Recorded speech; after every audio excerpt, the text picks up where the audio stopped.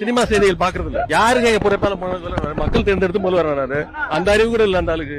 உதயநிதி தான் பொறாம வந்துச்சுல விஜய் அரசியலுக்கு வந்ததும், அவர் பயம் வந்ததுனாலதான் அவர் அப்படி பேசுறாரு. டிவிகே மாநாடு ஒண்ணு பாத்தீங்க, அதுல வந்து எப்படி இருந்தது, எப்படி மாசா பண்ணிருந்தாங்க. டிஎம்கே ஒண்ணு நடத்துனாங்க, தெருக்கூத்துல இது பண்ற மாதிரி இருந்தது. இவர் இதே மாதிரி மாநாடு நடத்த சொல்லுங்க, 10 பேர் இருக்க மாட்டாங்க, சேர்லாம் காலியா இருக்கும். தலைவர் மாநாடு பார்த்தல, வெளில இருக்கும் கூட்டம், வரவே முடியாது யாருமே, தளபதி தான் அங்க எல்லாரும்.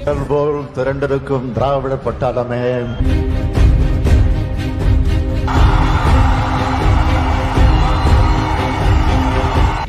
தோத்துட்டாரா 10 வருஷம் கழிச்சு வந்தாலும் அவர் ஃபீல்டுல வந்து நின்று பேசுவாங்க. தளபதி எனக்கு தளபதி தான், அன்றும் தளபதி இன்றும் தளபதி, எப்போதும் தளபதி தான். ஒரு மாற்றம் வேணும், கன்ஃபார்ம் ஒரு மாற்றம் வேணும். அது தளபதியா இருந்தா இன்னும் நல்லா இருக்கும். குடும்பம் எதுக்கு நான் குடும்ப அரசியல்? இப்ப அவங்க இருந்தாங்கன்னா வண்டியில தலைமுறை அவங்களே காசு சம்பாதிச்சுனே வருவாங்க. காசு சம்பாதிக்க அரசியல் கிடையாது, மக்களை பார்க்கறது அரசியல். உதயநிதியோட